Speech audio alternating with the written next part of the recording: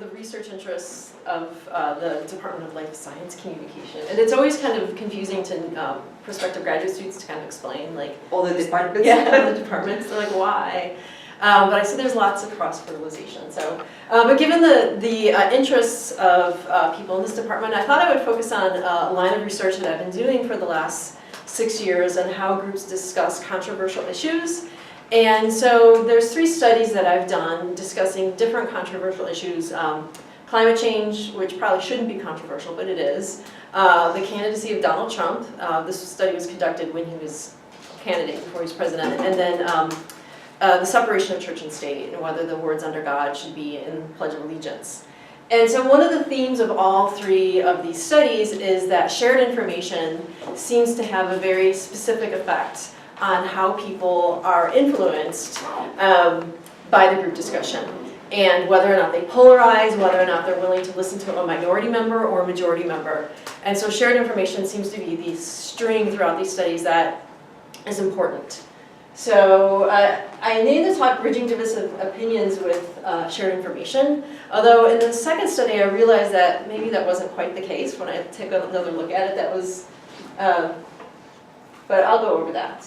Okay, so the first study is group discussion of shared and novel scientific information about climate change. This study is currently in review. We just presented it at National Communication Association this past November. And so it's basically what we were looking at was looking at polarization. The law of group polarization, it's one of the few social science theories I've seen called the law. So that really impressed me. But I remember when I was in the undergrad, this theory really grabbed my attention because it seemed so counterintuitive to me that groups discussion would polarize people's opinions. I would think the opposite. Like, groups have a moderating effect on people because you talk to people and you're exposed to this diversity. And in reality, a lot of groups have a majority opinion. And as a result of the discussion, the majority tends to polarize so that people after the discussion tend to be more polarized. And other research on like biased assimilation finds that it kind of goes both ways. So minorities can polarize as well. So I wanted to come back to this theory, and I kind of had a long route back to it as a later in the last few years. But one reason that groups are seen to polarize, this is an old theory from the 70s, is persuasive arguments theory. So if you've taken like group communication, you probably ran into this theory. But just to refresh your memory. There's a lot of hard science questions, so they're not okay. Theories. All right, good. Then I can explain it without worrying about. Don't worry. Okay. So persuasive arguments theory. You know, groups polarize. Why do groups polarize? There's a few theories. One of them is that we call it PAT, persuasive arguments theory. This is the idea that there's this post-discussion attitude shift towards the majority opinion. And the reason is you get into a group and you hear arguments you haven't heard before. So for any issue, and in this issue we're looking at climate change, there's a pool of arguments that exist out there in the world. And you have developed your opinion based on a subset of those arguments. Most likely you are not super informed and you don't know all the arguments out there. So you get into a group discussion and most likely everyone has been exposed to different arguments than you. Now there's probably overlap in what you know, but there's also new information that you can learn from others as a result of the group discussion. So people learn new novel information during the course of discussion. Because most groups have a majority that is leaning towards one position in a group, the majority is naturally going to bring up information in support of their opinion. So you get more information, more exposure to information in support of the majority opinion. As a result of the group discussion, you now have a wider base of information that you know, and this information is going to be skewed towards the majority opinion. This then is going to cause you to polarize. It's a very cognitive informational view of how group discussion works. I hear information, I integrate it into my opinion is revised. Like it's not social. You could get the same thing from reading arguments in a book. It's just that it's happening in a group discussion. So this dominated the 1970s in terms of why groups polarize, and there was like some competing theories.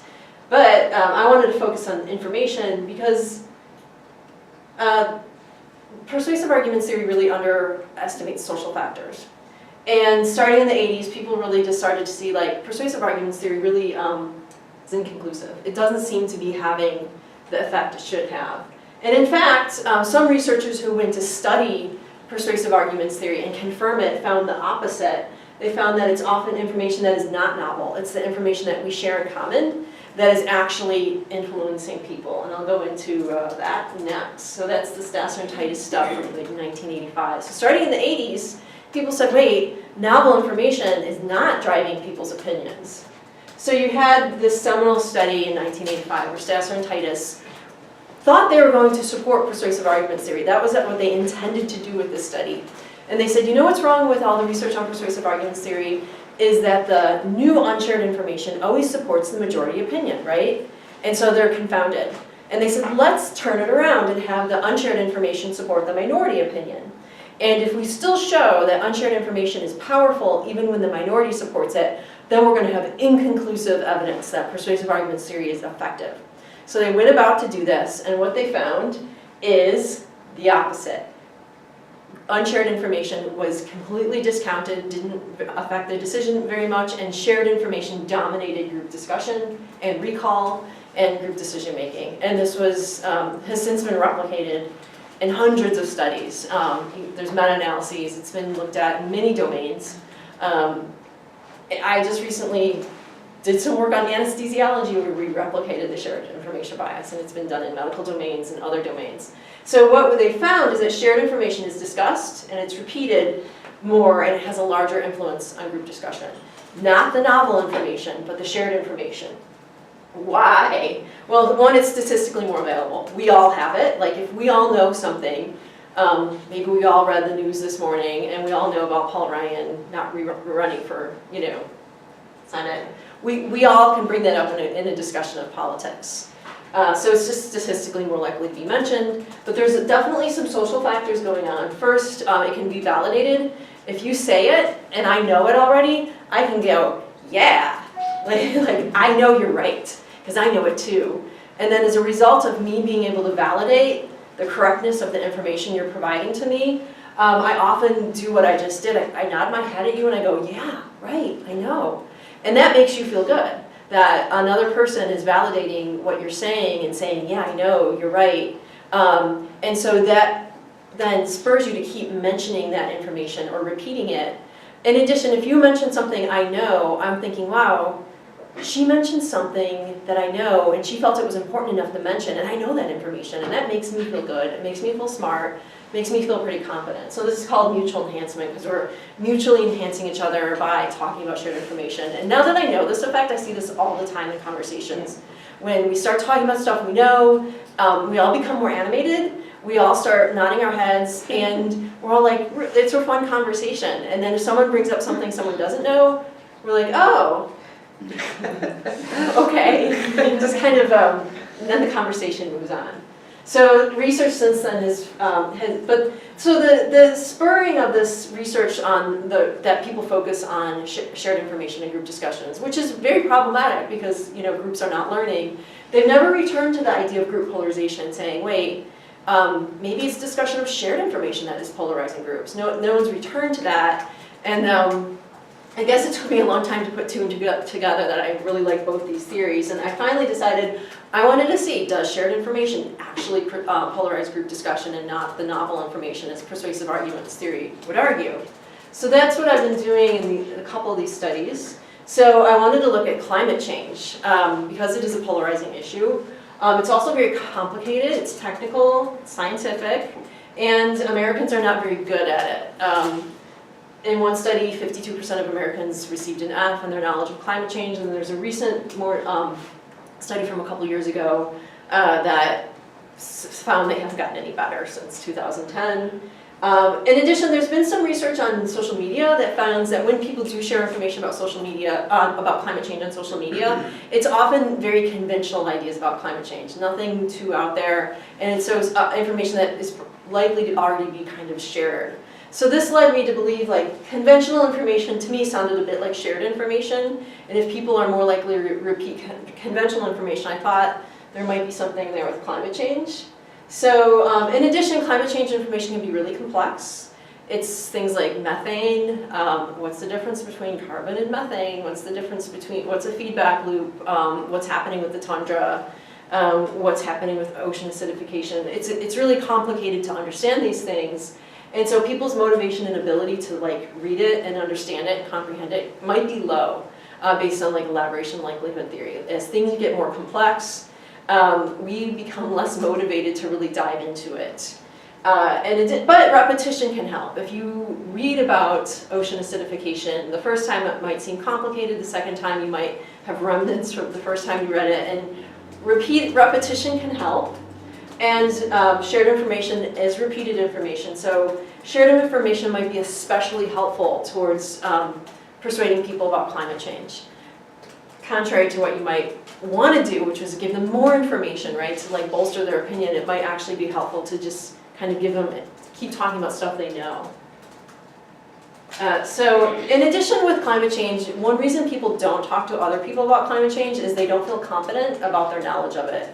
It's a highly scientific issue, and lots of people might think that climate change is a problem, and that should be addressed through government policy and personal changes in behavior, but they don't feel comfortable persuading people to do that because they don't have the knowledge to talk about it. So they don't have the knowledge to talk about exactly how does carbon heat up the atmosphere, that might be difficult for them to feel like they have the ability to do that.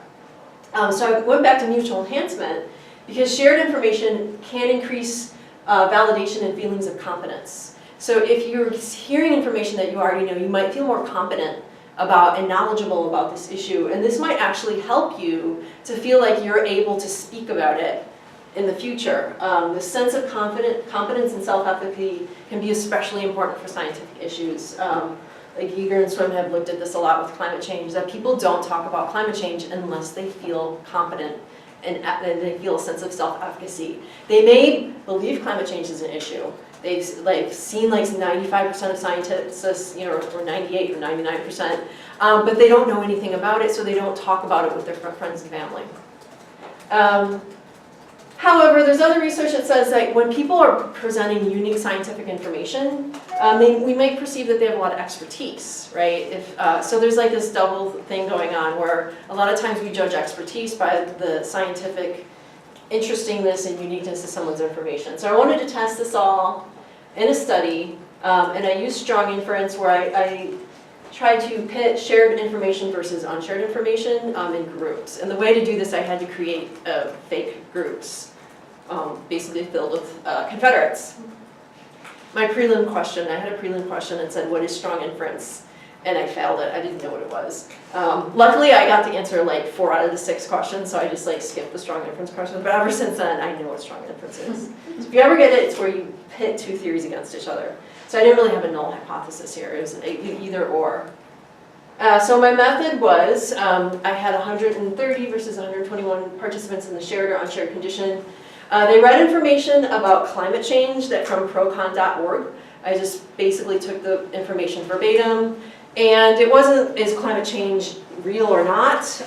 It was, is climate change caused by humans or is it naturally caused? So that was the debate. And we did a pilot test with students at UW who are our participants. The majority of students thought that climate change was human caused or predominantly human caused, and because of that, that became our majority. So they read 6 pieces of information, human caused, 3 that it was naturally caused. We got their opinion. And then they went into a simulated online discussion for 12 to 15 minutes. The discussion had 4 Confederate peers, and 3 of the peers were human-caused climate change, 1 was natural-caused. So it was 75% of the information that they got was in support of climate change being human-caused. The way the discussion was set up, it was online. We actually had actual undergraduates engage in a discussion. These were our undergraduate research assistants using the information, and then we use this information in as bots in an online chat. So every few seconds, there would be a contribution to the chat room from one of the 4 Confederate participants. And in one condition, they only mentioned information that the subject had read initially. So this was a shared condition. You only hear you only hear information you just read. So you read the information before you get in the chat room. Oops. And the people in the chat room keep saying the information you just read. In the unshared condition, the Confederates only mentioned new information that you had not read about climate change. So we had additional pieces of information that got brought up. And again, there were like 6 and 3. And some of the information was repeated as well, but we balanced it out. Here's just some examples of the information. So this would be natural cause climate change, about the temperature in like 1000 being the same as 1900 and 1990.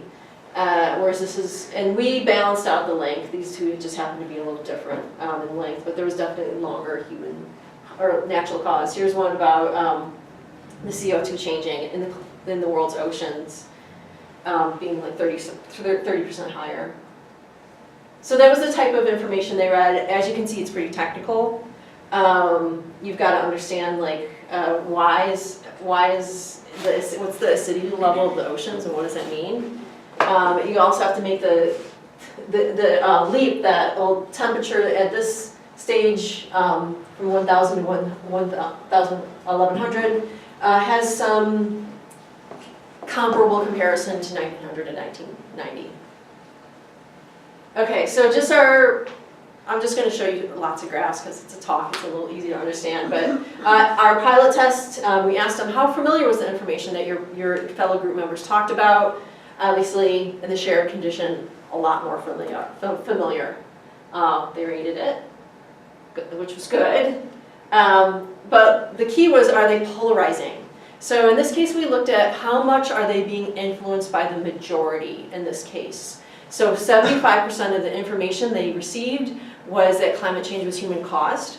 And so that was the majority opinion. And 3 out of the 4 group members were in support of human caused climate change.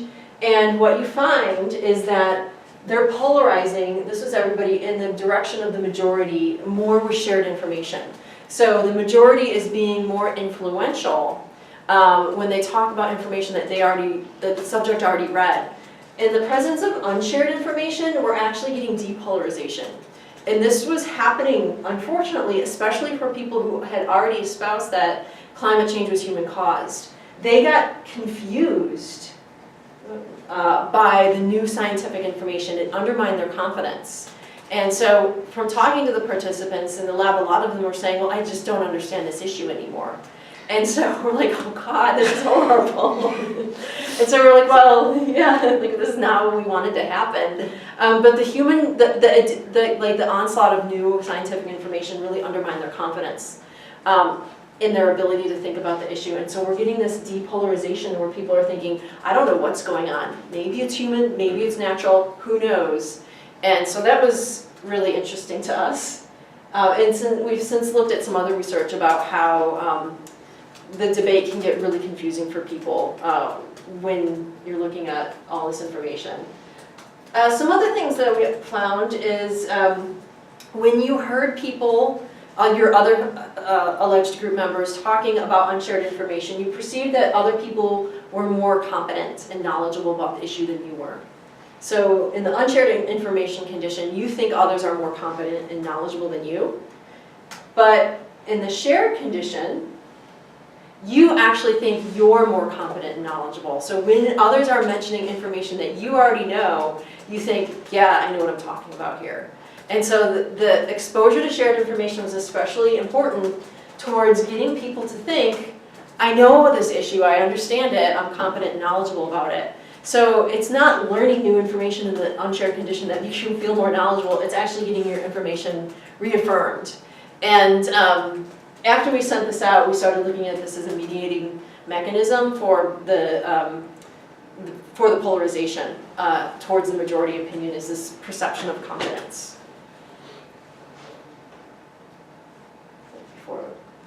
Okay, also people thought the unshared information in the unshared condition was slightly more valid.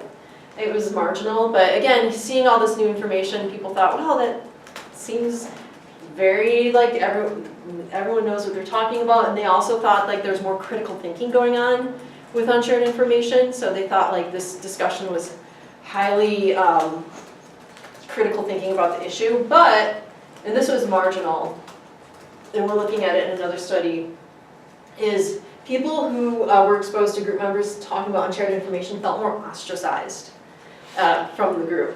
In other words, they didn't feel included. Again, that was marginal, it was 0.09, and we're trying to replicate that in some further studies. But other studies have found the discussion of unshared information is really ostracizing. Some studies by Gwen Wittenbaum at Michigan State. So that if you get in a group and everyone's talking about stuff you don't know, you're just like, okay, whatever. And now we're looking at some of the language that people mentioned, that people used in the group, and to see if there was differences between whether or not people are talking differently when their members are talking about shared or unshared information. So we're doing some linguistic inquired word count analysis of the people's the real participants' contributions to the group. And we're finding like when they feel ostracized, they're using a lot more you pronouns, which is usually indicative of much more distance and accusation of their group members. Okay, so some conclusions from this study is participants viewed unshared information as more valid. They saw it as, wow, you guys know some really interesting, credible scientific information. People who mentioned it were viewed as more competent. So when you were in a group and all your group members are mentioning new information, you think, wow, those people are smart. And you think, wow, they're having a really critical thinking group discussion. Yet, despite all this, despite being so impressed by your fellow group members who are mentioning unshared information, it's really the shared information that is having the effect in moving people towards the majority viewpoint. People feel that they are more competent and knowledgeable when they hear people mention information they already know. It makes them feel like they have efficacy to talk about this issue. So despite the temptation to like mention and try to persuade people with lots of new information, maybe focusing on what they know and repeating it might be a better strategy, at least in terms of building up their self-efficacy, especially if you want them to like engage then in behavioral changes or go talk to other people about the issue. Okay, so we also did another study, same method, but we did it with the candidacy of Donald Trump. We got slightly different results, which I'll just go over a little bit here. This was published last year in Journal of Applied Communication Research. So same method, except they read positive and negative information about Donald Trump's character. We started this study in the primary when he was he was not yet the presidential Republican candidate. And then after he was nominated as the Republican candidate, we completed the study before November election, so before he was president. We surveyed students on campus. The majority of them were negative toward Donald Trump's character, so that was our majority viewpoint. Here's some examples. Here's a positive piece of information about Donald Trump. He donated 11 acres to some conservatory by his golf course. And another one, here's some negative information about how he's threatening lawsuits against people. We had a bunch of other ones. I think like there was the one other positive one, he donated some money to an eye clinic, and there was other negative information. So again, the shared information is more familiar. But something weird happened with the Donald Trump data, and we think it's feeding into what was happening in terms of the greater what happened in the election in general, is when you looked at the pro-Trump people, that was the minority on campus, when they got into a discussion in which there was 3 people who were negative towards Trump and 1 person who was positive towards Trump, we think that actually even being exposed to 1 ally was enough to like make them confident in their decision, as long as they're getting exposed to shared information. Like shared information makes you feel competent, it's validating, it's mutually enhancing, and if you get that on top of the fact that, oh, here's another person on campus who's positive towards Donald Trump, we're finding that in the minority condition, they were actually polarizing and becoming more positive towards Donald Trump, whereas the unshared condition kind of undermined their confidence. And they were depolarizing. So we kind of got the opposite results there. And we think what's happening was what happened in the election in general is that you had Trump supporters who didn't want to tell people they supported Trump. And so there was interviews with Trump supporters, and they were like, well, when I was taking the poll, I lied, type of thing, because I didn't want to tell anyone about my support, at least in certain circles. And so you got the same, we think we got the same thing. They didn't want to say anything on campus, possibly because they were embarrassed or thought they'd be ridiculed. They get in a group discussion, they find out there's another pro-Trump student, and they polarize in the shared condition. In the majority condition, we actually find that everybody's depolarizing. The main effect here wasn't significant. The interaction was between minority and majority and shared and unshared. And we think that similar thing might be happening as a lot of these students really hadn't been exposed to a lot of pro-Trump information. And so again, it was like, wow, I don't know what's going on. And so they depolarized a bit. All right, the last study that we looked at was the Under God study. And that looked at whether or not the words under God should be in the Pledge of Allegiance. So this study was an actual interacting group study. We used no Confederates. All right, so the first thing about this study is we decided to study deviance rather than minority and majority. So in the first two studies, you were either pro or con. You either were positive towards Trump or negative. You were natural cause or human caused climate change. In this case, we decided to look at a continuum. And because we are using a continuum, we use the word deviant rather than minority. So usually with minority and majority influence, it's a dichotomous decision, like yes, no, guilty, not guilty, type of support, not support. We decided to use continuous decisions and look at people's opinion on a continuum, so that now there's more complications involved. In that when you're deviant, your support or not support for the majority is measured in terms of distance rather than like a dichotomous yes-no. And so if you find out that you're in the minority and you start getting influenced by the majority, you can kind of shift towards them without completely changing your opinion. So opinion is more in terms of shifts than flips. And I'll talk a bit more about this and how we measured influence. And the reason we did this, one is we wanted to have interacting groups. In this case, so we had groups of 3 to 5 individuals all interacting face-to-face. And we wanted them, so we could look at the social dynamics of minority and majority factions and look at the cognitive dynamic, rather than the cognitive dynamics of isolated individuals. But then we also wanted to look at, in addition, we felt like a lot of this minority-majority research has always been like, are the slides green or blue? Is it guilty, not guilty? And we wanted to say on a continuous measure. Okay, so given that we're studying deviance versus non-deviance, or people in the central tendency of the group opinion, we could say are the non-deviants, we decided, based on research, we hypothesized that communication is going to be more important if you're a deviant.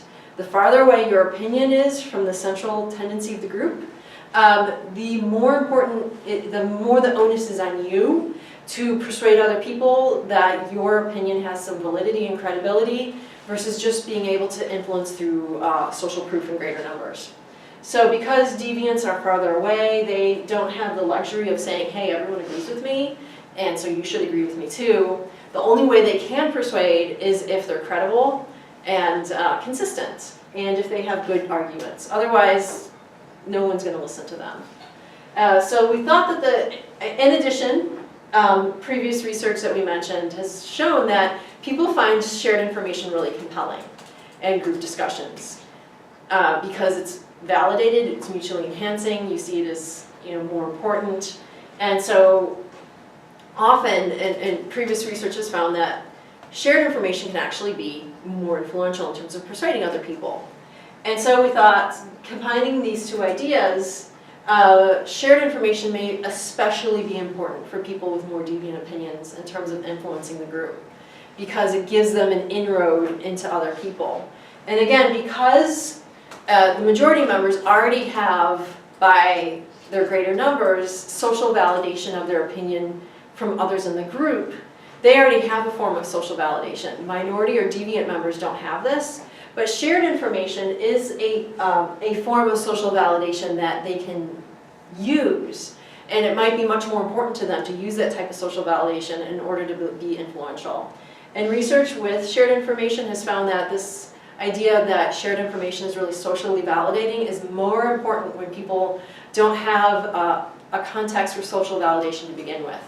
So again, if you're in the majority mentioning shared information, that additional social validation might not be needed or might not be as important. But if you're a minority member, it gives you the social validation you need to be persuasive. So I'm only going to look at one hypothesis from this study. We obviously transcribed all the group discussions and had a bunch of other stuff we looked at, but I'll look at just the shared information.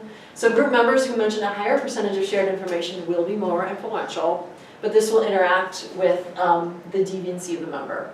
So the idea is that it's deviant members who mention shared information are the ones who are going to benefit from, are going to be, have more influence. Now, we're not saying that deviant members are going to be more influential. They're still not. That's just the way groups work. Majority members tend to be more influential.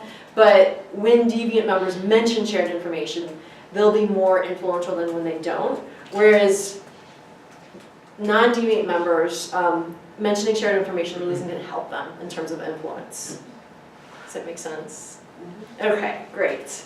All right, so how do we measure? Oh, I'll get that in a second. Our method, 29, 20, and 3, so there was like 52 groups. And they ran from 3 to 5 people. Obviously, we scheduled 5 people. They didn't always show up, so we didn't always 5 people for groups. They came into the lab. We said, are you a U.S. citizen? If they were, we put them in the study. If they weren't, they did another study. And we had them sit in a room. We had a big U.S. flag sitting, hanging on the wall. And we had the pledge on a piece of paper and said, this is the Pledge of Allegiance to the United States. Do you think the words under God should be in the Pledge of Allegiance? We also used an article from procon.org that had really very well-reasoned arguments on both sides of the issue of why the under God should be in the Pledge of Allegiance and why it shouldn't. And so the students read through that, and then they rated their opinion, their confidence in their opinion. They met as a group, and we asked them to come to consensus as a group. Then we gave them no decision rule. One group refused to come to consensus, and one group argued for 45 minutes and finally came to consensus, and then one of the group members wrote an editorial in the student newspaper the next day about this issue. I think he had the last word. I only know it because he was in my class and he came and told me and gave me the paper and he's like, here's it. After they came to consensus as a group, we actually asked them to stand up and say the pledge according to the decision of their group. So if their group had decided not to say the words under God in the Pledge of Allegiance, we asked them to say the pledge without the words under God. This turned into actually a pretty big issue for some people, and so we allowed people to sit down and not say it or say it differently from the group if they wanted to. That happened 13 times, where people either sat down and refused to participate or said it differently from their group. And so anyways, they said the pledge to the flag, and then they rated their opinion again. At some point in the course of the study, the flag fell off the ground, and the janitor was really nice and folded it the proper way and left it on the table for us. And I thought that was really, really nice. I felt really bad that the janitor came to the lab and there was the American flag on the floor. Like, what does he think of these professors? But it was an accident, hanging it. So here's, I didn't put information in here for you. So we transcribed the group discussions and we coded them for shared information, for other information. Other information was just information that students brought on their own. And I'm not going to cover that here, but it was really interesting. Like, a lot of students knew a lot about this issue. I was really impressed. A lot of them talked about McCarthyism, because there's a historical thing about under God being put in the Pledge of Allegiance around the time of McCarthyism. They were really well informed. I was pretty impressed. We looked at some other statements, but was that ComArt students or? It was ComArt students and other, but mostly ComArt students. And I just put up, this took like a year to transcribe and code, and we did unionizing coding, and then we did kappa on coding on the units. So that was an ordeal, but we've gotten 3 papers out of this data set. So, oh, here's like some examples of the information. Many advocates of including under God in the Pledge of Allegiance points out that 80% of Americans support it, and there's other 22 references to God, you know, the president swears an oath. Here's a piece against having under God in the Pledge of Allegiance.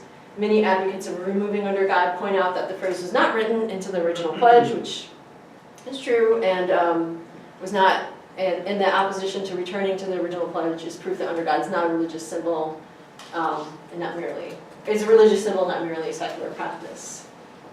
Okay, here's the scale from 1 to 9. We did have some people like put 10, they really felt strongly about this issue. We had done pilot testing, and that's why we used this issue. We knew there was a lot of, first there was a lot of diversity of opinion. Like some issues like medical marijuana, like all the students were for it. Other issues like should athletes be able to use performance enhancing drugs, like all the students were against that. But this issue we had a good range and lots of strong opinions. So we measured influence with 2 measures. The first one is residual influence. So the way that residual influence works is it assumes that the group consensus is going to be the group mean. Okay, and a lot of research has found that when groups come to discussion on an issue in which it's not yes, no, but it's like a numerical judgment, the group decision is often close to the mean of the individual pre-discussion decisions. So we assumed that by default the group decision was going to be the mean of the individual ratings before the group, and then any movement away from the mean in the direction of a participant's initial opinion was seen as residual above the mean, right? Like they were having influence above the mean that pulled the group mean away, the group away from the mean and towards that person's decision. So it was moving closer to that individual. And then we had a second one, which is where we compared individuals to other people in the group to see how much stronger is the group discussion going towards that individual in comparison to other group members. So is the group discussion moving closer to me in comparison to my other members? And I can give you more information about these measures. We like scoured the literature trying to find different measures of group influence, and it was pretty difficult. Like the mean and median were used a lot, but we wanted to find like individual influence of how can you test if an individual, and obviously you never really know what's going on in the group, so when I'm saying influence, I'm making an assumption that that's why the group, some influence was going on. All right, so we ran hierarchical linear modeling, and I just threw that up there, but let me walk you through. Here is the main effect of deviancy. And as you can see, there's a huge effect here, and this is just replicating what all group research has found, basically, is that majority members tend to be more influential than minority members, or in this case, members whose opinion is closer to the central tendency of the group tended to be more influential than deviant members. So that's not surprising. It was a pretty strong effect. We found it for both of our types of influence. But then we looked at the interaction, and then we didn't find any main effect for mentioning shared information. We thought that people who mentioned shared information would be more influential. We didn't find that main effect. But we did find an interaction. And what our interaction was that deviant members who mention shared information are having more influence than when they mention more unshared or other information. So in other words, the more shared information a deviant member is mentioning, the more influence they're having, whereas there's no effect of mentioning shared information and influence for less deviant members. Okay, so conclusion, discussion of shared information did increase influence, but for deviant members and not for other members. So again, banking on this social validation of shared information is really important if you don't have the social validation of agreement from others. Overall, when trying to bridge opinions and political differences, introducing new information may actually be counterproductive. It's not likely to bring people closer to you. It's not likely to make you very influential. In some future research, we are doing some LUC, linguistic inquiry word count analysis, on the actual transcripts from some of this, and we're finding some interesting links between pronouns, and we're looking especially at like use of plural pronouns when there's more shared information mentioned. So we'd expect people to use lots of we pronouns when the group is discussing more shared information because they feel more included. And we find more use of you pronouns when there's more ostracism. And now I'm moving this research kind of in the advice realm. We're trying to find the conditions under which people are willing to take advice from people who disagree with them. And right now we're doing it with forecasting football scores because it's really easy and we can do it. We're blessed here because we have students who are Bears, Vikings, and Green Bay fans, and so we can get them in the lab and talk and try to forecast games and take advice from fellow fans. We did that study last fall, and then Aaron Rodgers got hurt and that messed up our study. So we're trying to do it again. We were doing it with Wisconsin also. We were doing it with college and pro football. And then Wisconsin won every game. And so even the opponents were predicting that if Wisconsin would win. But it would still, we actually still found supports for some of our studies. And then here are all my graduate student collaborators. So I'd be happy to answer questions.